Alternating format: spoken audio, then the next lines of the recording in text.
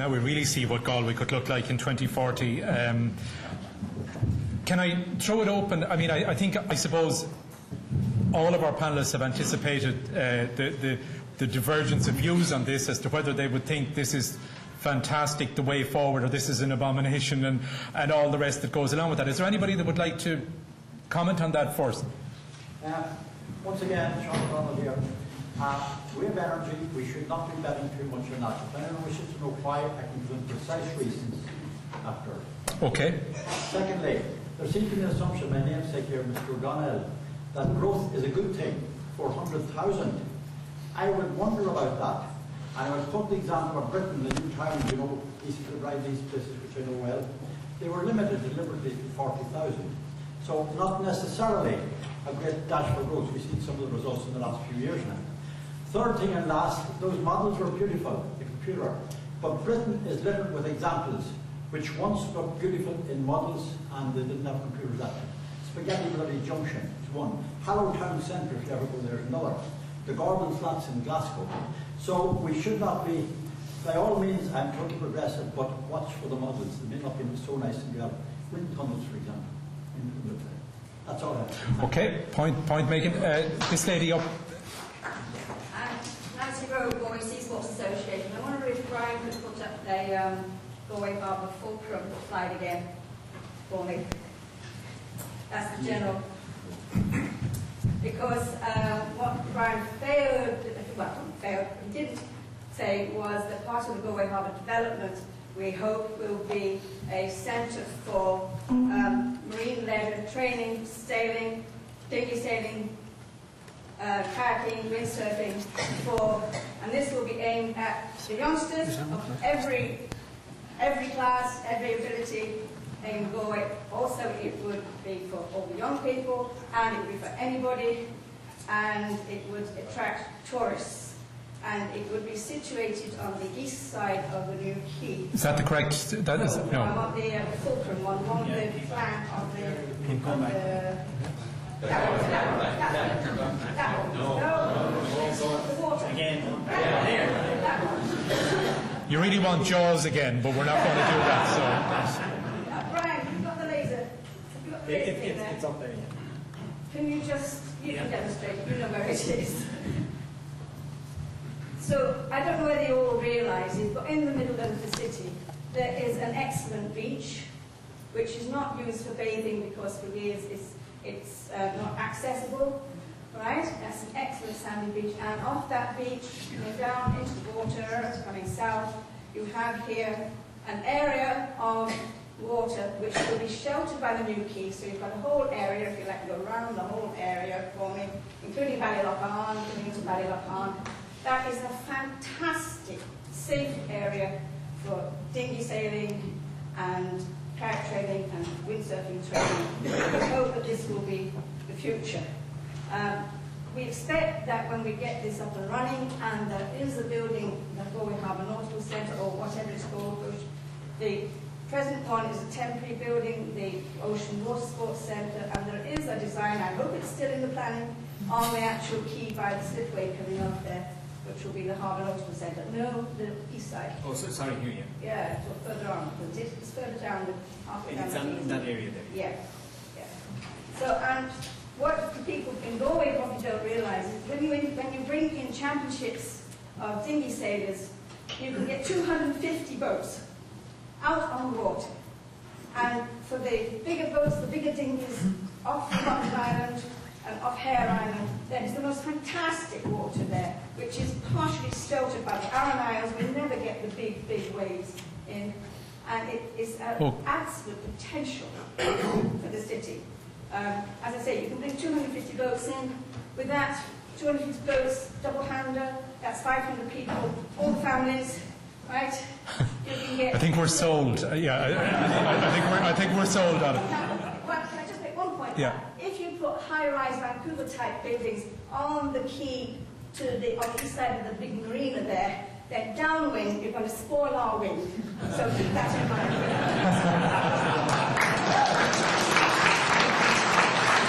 Okay. Here and then about 5 behind you. Yeah, this man here. Yeah. My name is Kevin Sheridan. Just 2 points there. Just going back on this lady one there on the immediate side of it as well. I remember Galway Triathlon Club, and it's only recent that we got some. As we know, we have the European Ironman coming starting next September, and there's potential here as well for building up that kind of stuff, because there's nothing really happening on that side of the thing either in Galway, and the potential is there for something like that, and it should be worked on. And once the facilities are in place, it's another part of the tourism that can be relied on as well. Another point there is you're on about the development, that there's no development that can happen in Galway. You didn't mention anything with CIE and their Kin Station and what was going to happen on that side there.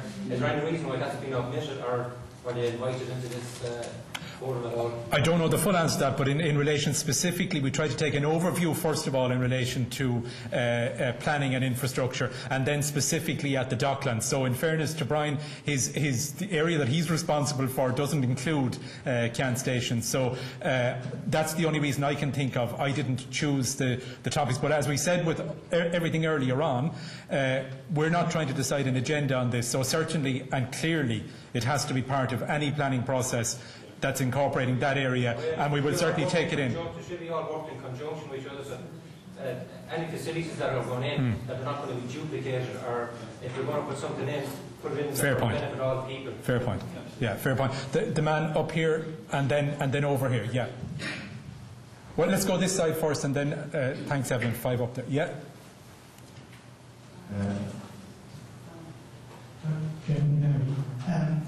Congratulations on your plan for Galway City. But to be sustainable, you should consider the wider context, which is the county and the region. And just as an example of that, you should, I suggest that the feasibility of a heavy commercial port in the location that's hard to get at should be considered. And there's an alternative of that, which is our serious consideration, which is the natural deep water port in Massabee. And just another thought that is there conflict between the proposal for Orban and the green belt policy for management? Okay, Brian, I know this is a recurring theme for you in relation to the argument for Russellville. Do you want to say something on that by way of response? Yeah. There are a number of things here which I didn't touch on, because I'm sure you can appreciate, I could talk ad nauseum about the harbour development. And this has been a long time ago, and I feel very passionate about it. Nancy is absolutely right. About 6 years ago, Nancy and a group of people, we came to the harbour office, and we spent possibly over a year looking at how could we promote marine leisure in our youth, and of course the Galway Ocean Race subsequently helped a lot with that. And we came up with the Galway Harbour Nautical Centre, which is fantastic, and the harbour company trumped up the cost of designing that building, and we parked it for the time being, for many reasons.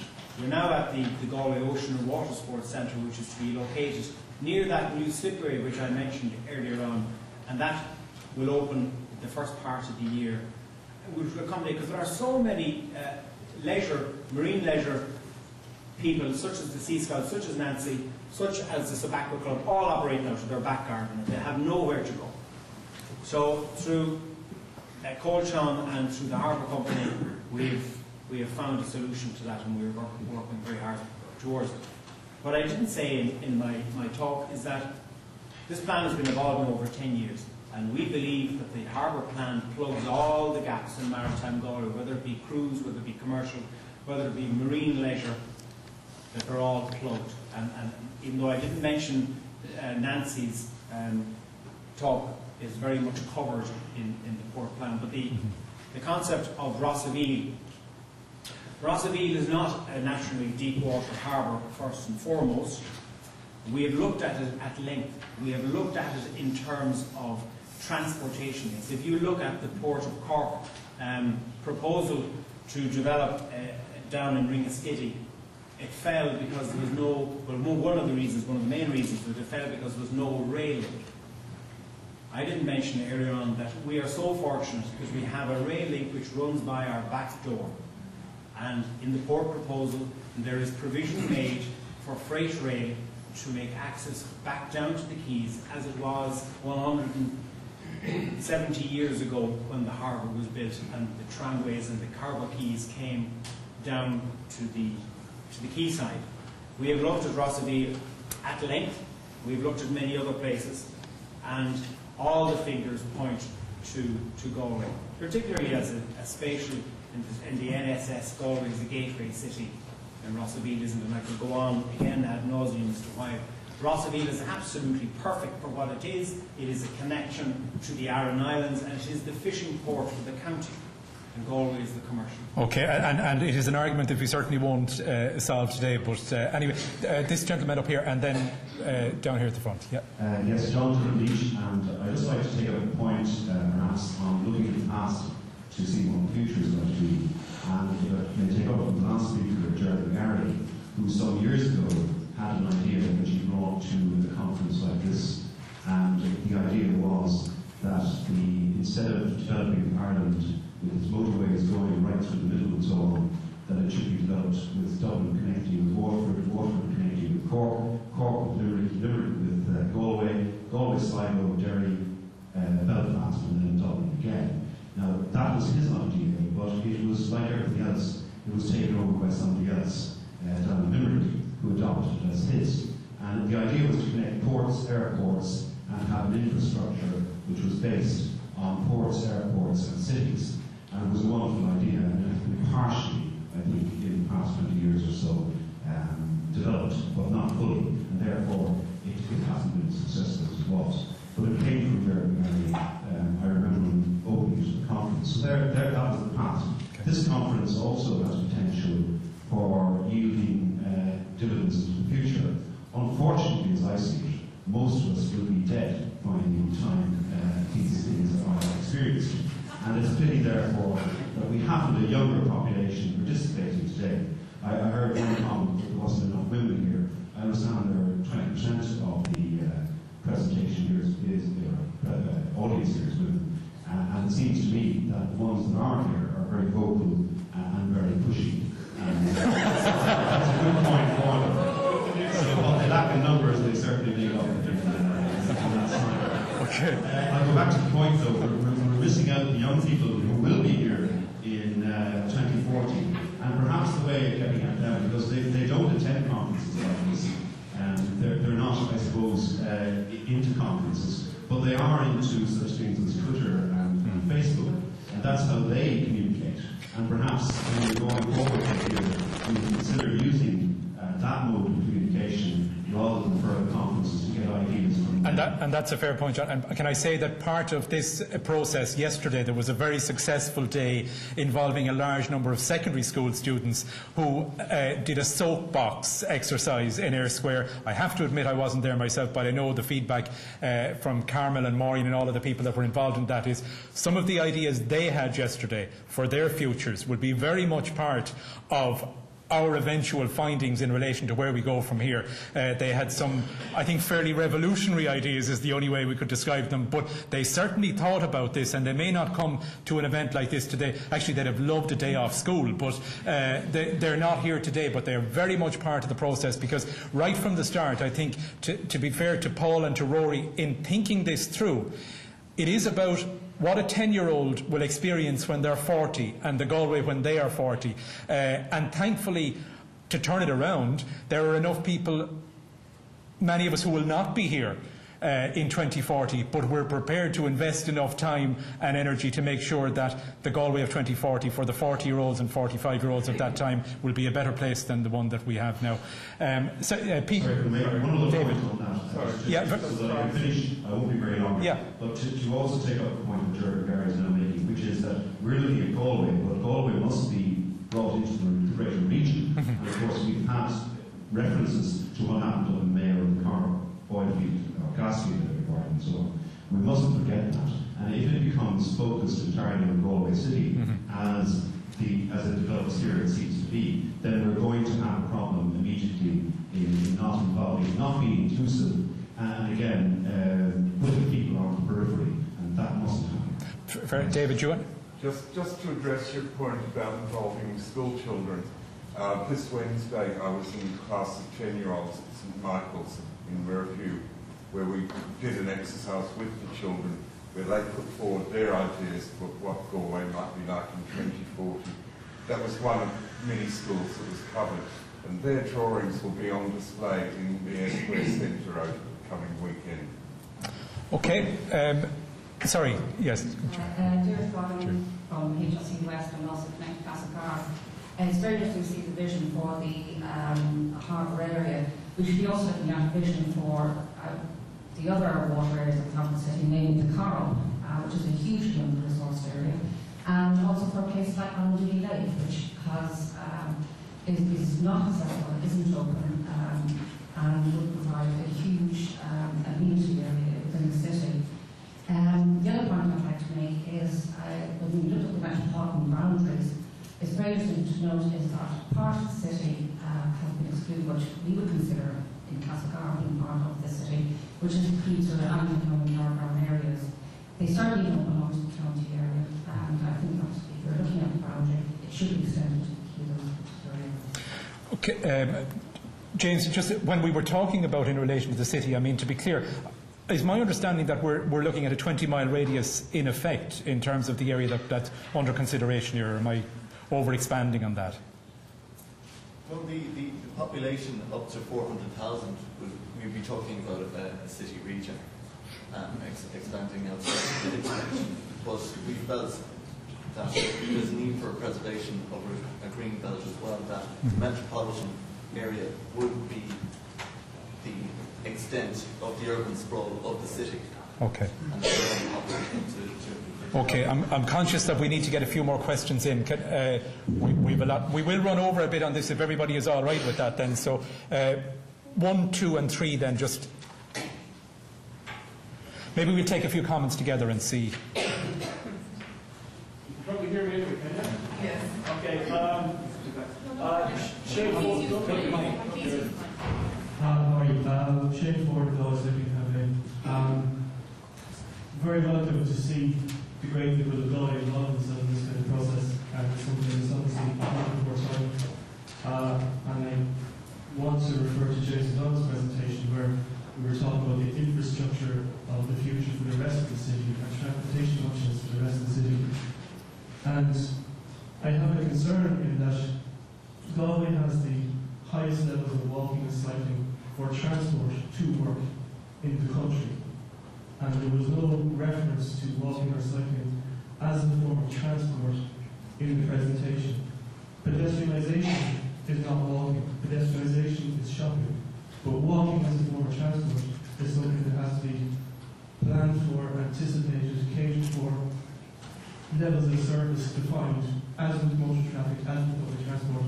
And maybe you are discussing these things, but these are things that I feel should be explicitly expressed in your vision. Okay, and I appreciate that. Just behind you and then behind you again, yeah. And then I will come to... Yeah. I'm just wondering if this budget has bear in mind the possibly two greatest challenges of this century, climate change and peak oil. Oil is due to peak well before 2040, so effectively that will be the end of cheap energy, and climate change, the effects of climate change, unless we do fairly drastic action, will only accelerate as the century goes on. So I'm just wondering if this budget is designed to take those two challenges in mind. Well, we spoke some about this morning in relation to marine energy and alternative forms and sources of energy, but as I keep saying, we can widen this to create, to expand the parameters as people want to feed into it. So not with this session particularly, but certainly this morning. Hello, Brendan Mulligan, representing Engineers Ireland West Region today. Engineers Ireland West Region set up their own subcommittee back in February 2009 to start looking at the vision for the West Region and the sustainable development of the West Region. And a group of 10 of us, plus a research student, have been looking at this for the last period. And we recently had the pleasure or the purpose of meeting with Paul Shelley, Rory Farmer and Mike McCoy, and this is about 3 weeks ago. And it was in light bulbs went on in our heads when we met, because we found people who were singing from the same hymn sheet as we've been singing from, and we can't commend enough this initiative. I mean, we're throwing our support behind it, but we have a regional focus. And Galway, I mean, there is lots of evidence around the world of economists talk about city regions, and successful regions around the world depend on vibrant, successful cities. But the corollary of that is that the cities also depend on the regions.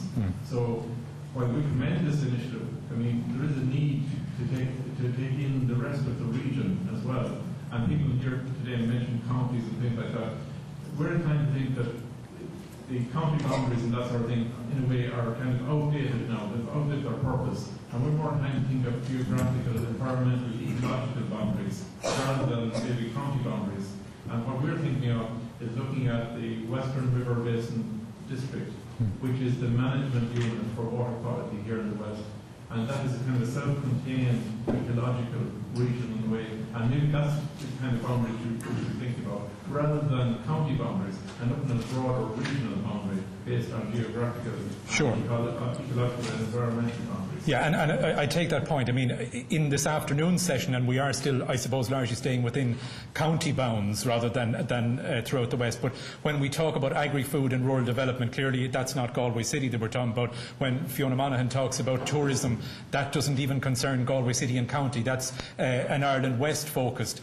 And I think part of the idea that Rory and Paul, and I don't want to put words in their mouth on this one, but that Galway 2040 is something of a template that can be taken by other areas and other regions within the country, and let's see if we can get something moving in relation to this type of a project. There is no reason that Limerick, for example, and as a consequence the Midwest couldn't take something similar or a similar approach to that. But I take your point. I think, in fairness to the organisers, insularity never came into the equation as far as they were concerned. It's really just to try and get our teeth into something before we go on to the rest. I just want to know the point there. Yeah. Nemo was mentioned and the railway was mentioned. Look at the vision of those guys. Go back 170 years, who built the harbour, the people who built the railway at Kent Station, and they were looking over 100 years ahead. Yeah. We're just looking 30 years ahead. There's nothing wrong with looking 30 years ahead. No. Maybe it's not even enough. Maybe it's not, but it's a good start. The gentleman, yeah. A question perhaps for Captain Sheridan. Is there a balancing act between commercial trade, such as oil and scrap metal, and the amenity and leisure facilities? I just wonder, is the scope of the plans constrained by the oil terminal on the site? And I'm thinking that it's the base of directive Thank you. Okay, anybody want to, do you want to take that one? Yeah, okay. Absolutely, it is a balancing act, trying to work between the commercial reality that is also massively important to the city and also to encourage and promote marine leisure. Yet, we see it all over the world. If you look at the port of Southampton, it's a significant port in the south coast of England, yet it is possibly the largest marine leisure hub of Europe.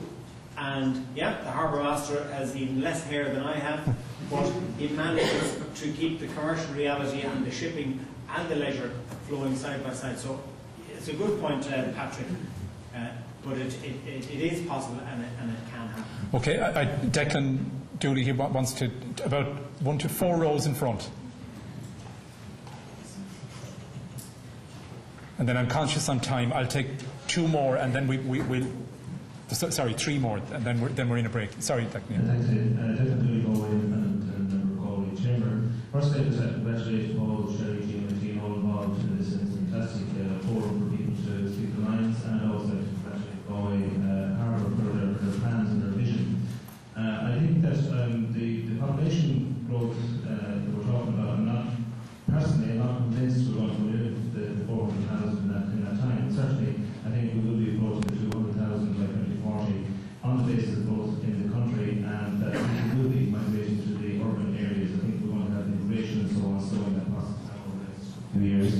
And I also know a fair bit about the plans around the docks and that, and this is planned on a phased basis, and there are a number of phases. So what we see on the screen is, it looks fantastic, but we'll be built on a phased basis and will be assessed as ongoing.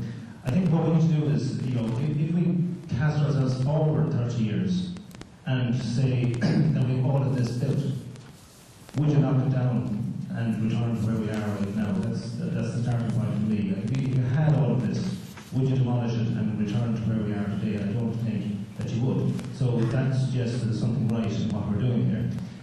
My question really and my point is the whole planning process in this country is dictated to by the naysayers, and it's always going to be monopolies. And the cost that's involved in getting solid planning proposals over the line against objectors from the general public, and people are entitled to their opinion. But if I have 100 quid and I go to the City Council tomorrow morning, I can stop any development in this town with 100 quid and lodge my objection to a report from Nolan. And I personally think in the best interest of the development of the city and indeed all developments in the country, that system is wrong and must be changed. We're talking here today, and we saw some fantastic slides there of high-rise developments around the docks area. I also think that if you build a catalyst, if you build a fulcrum, if you build something that will attract the crowd, it will emanate out into the regions and it will have a growth effect. But just to address the question of this business of one person being able to stop everything because of their own personal opinion. We saw the slides there of high-rise buildings, fantastic cruise liners and everything else. And on those slides was safety ratings around the docks on every slide. But I'm aware at the moment that there is an order from the City Council to remove the 1 metre high railings that are around the docks at the moment because they're causing some sort of an obstruction to the view. And that highlights, really, in my opinion, the madness of the whole system and how it actually works. So we'll just like to address maybe that question to Captain Gerard and see what his thoughts are. Or maybe just James, given your interaction. Yeah. I'll just say one thing on the planning system. You're absolutely right. It's crazy. In Australia and in the UK, only the applicant can appeal the decision if it's refused. People get a chance to object to things when a planning application is lodged. Once it's been granted, as in accordance with the development plan, that should be it. Only the applicant should be allowed to appeal it. That system desperately needs changing. I've written to John Gormley about it and heard nothing back. Okay, I'm conscious on time. Can we this man here? Yeah. Hi, Francis O'Flaherty. Once again, well done and congrats on the initiative. It's great to see open debate and these things happening. One of the things that I would say is key and shouldn't be overlooked in planning for the future when it comes to infrastructure is the availability of high capacity broadband, and that's one of the key decision factors and criteria that multinationals and foreign investment look for when they're looking to a location to set up in. Is that part of the infrastructure remit of this group, or are there plans? Is it just was it discussed? And if so, what are the plans for that? Yes. Yeah, Rory O'Connor says yes on all fronts. We'll probably be using Star Trek technology by then, that we will be morphing into places rather than that. But it is very much at the core of it, Rory. Okay, and if you want to talk, Rory will tell you more at lunchtime. Councillor Connolly. Yeah, thanks, Councillor Connolly. Just a couple of things. As an ex-Harbour Board Director, let me say at the outset that I'm fully supportive of the development of Galway City Harbour in Galway City, not Rossby. That is a political minefield. Having said that, there are issues here. It's a phased development over 20 years. The development of the harbour is totally dependent on the infrastructure development of the existing inner harbour. Those two are not going to be done in tandem. And this is the concern of people out there. Obviously, the inner docks has to be developed in order to realise the residential value in order to fund the growth of the harbour. And you mentioned the railway. The railway link for the freight is only in phase 3, is only in the third phase. It's way down the line. Again, that's a matter of concern. The construction phase and the impact on Galway City is also a major concern for people. And we've all seen what the closure of one lane on the dock to facilitate that, how similar has done. And let me say that was an executive decision, not a council decision, an executive decision. So again, that would be a major concern. Now, what I would like to throw out there is, under the existing, if the application is going to be made under the Strategic Infrastructure Act, that's fine. But similarly, we have a city development plan that requires a framework plan. And what people are most concerned with is the lack of cohesion and lack of vision for the city in the development of both sides. Now, I'm not faulting the Harbour Board. They've been more than excellent and more than willing to come into the City Council and share their vision for the harbour.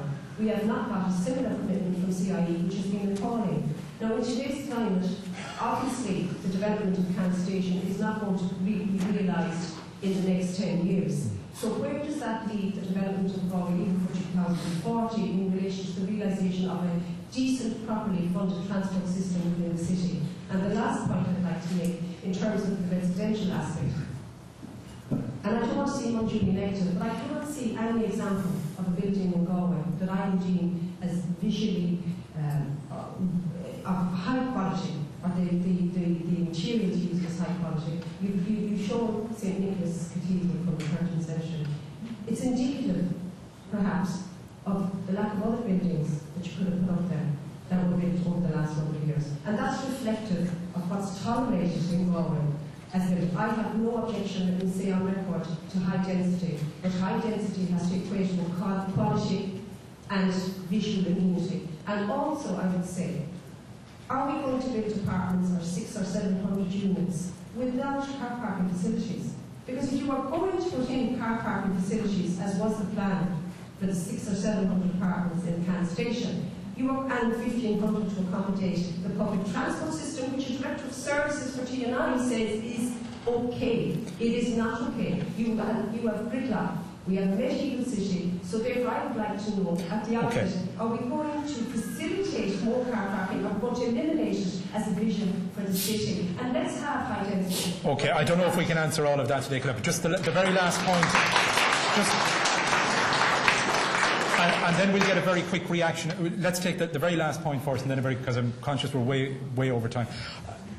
Okay. Yeah, Peter of the Galway Energy Agency. Just in case that this is recorded as a pre-consultation for the onboard and all that, I'd like to get on the record.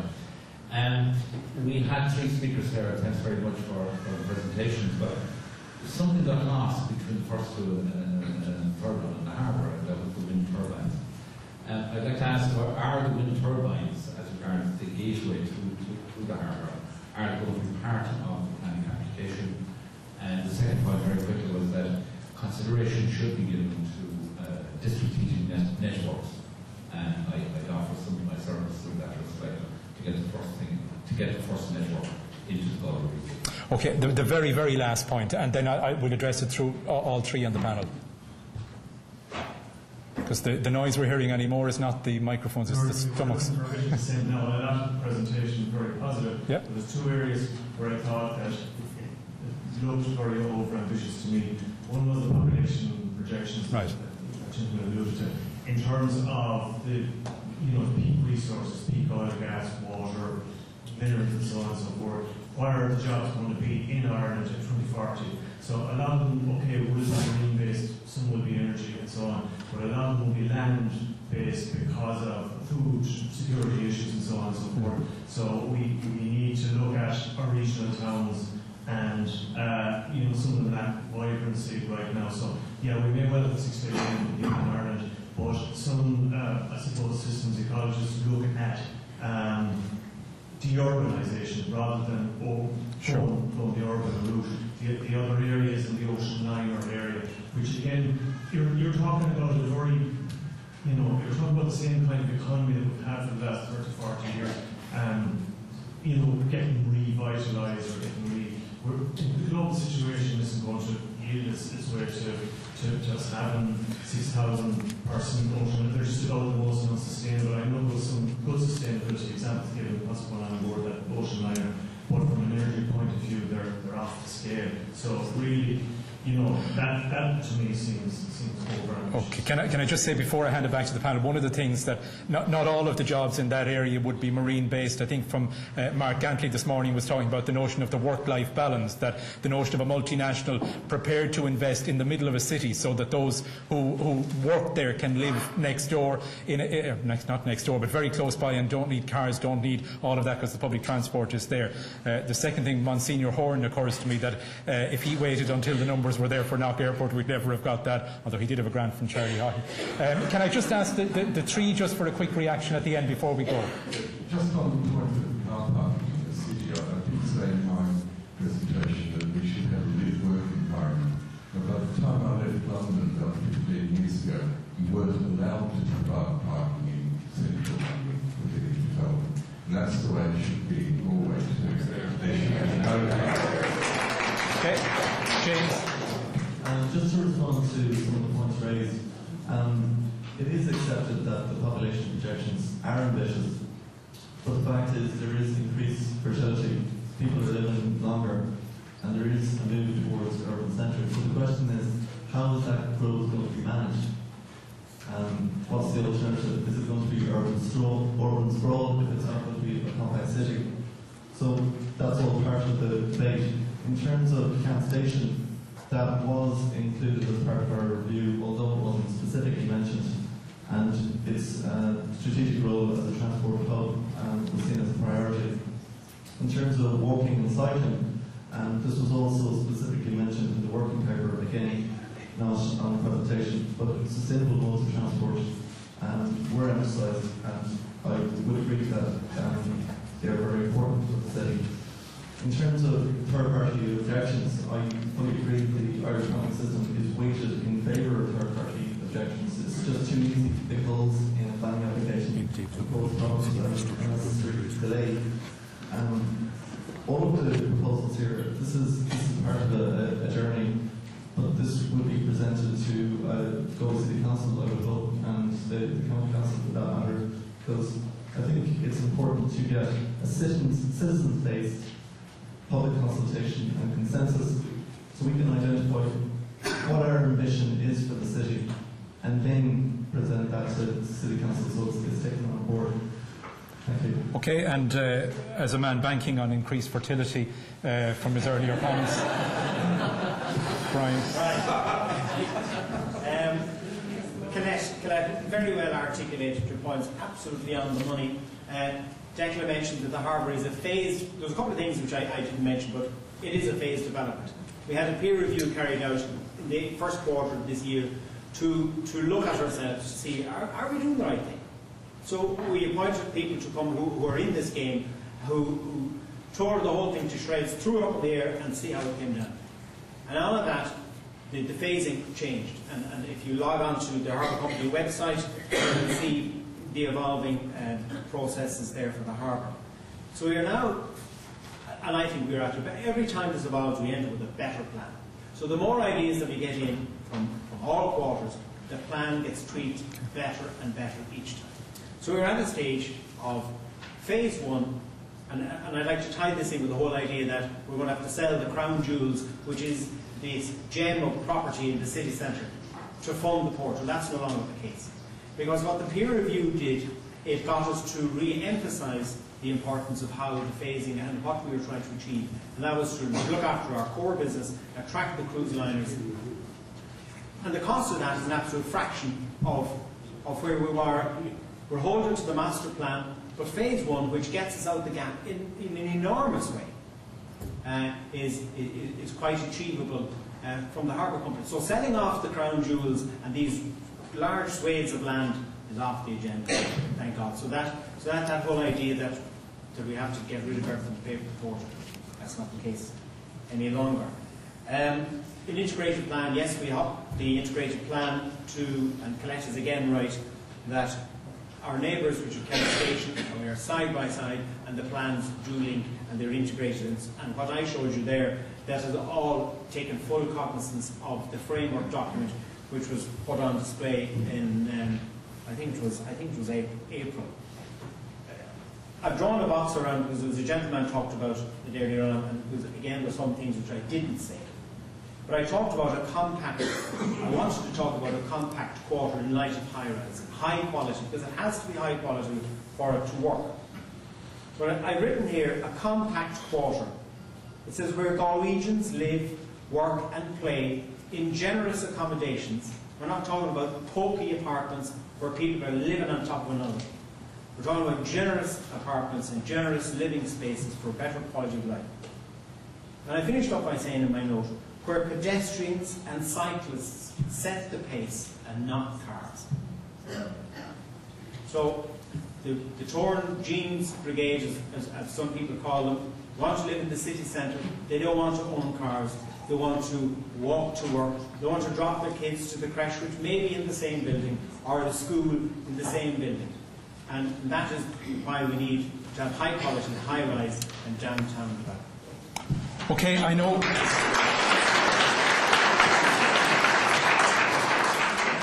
I know we've run over time and we should be back here in 15 minutes. That's not realistic, but we'll aim for around a quarter to if we're lucky. Can I thank again on your behalf David Heffernan, James O'Donnell and Brian Sheridan.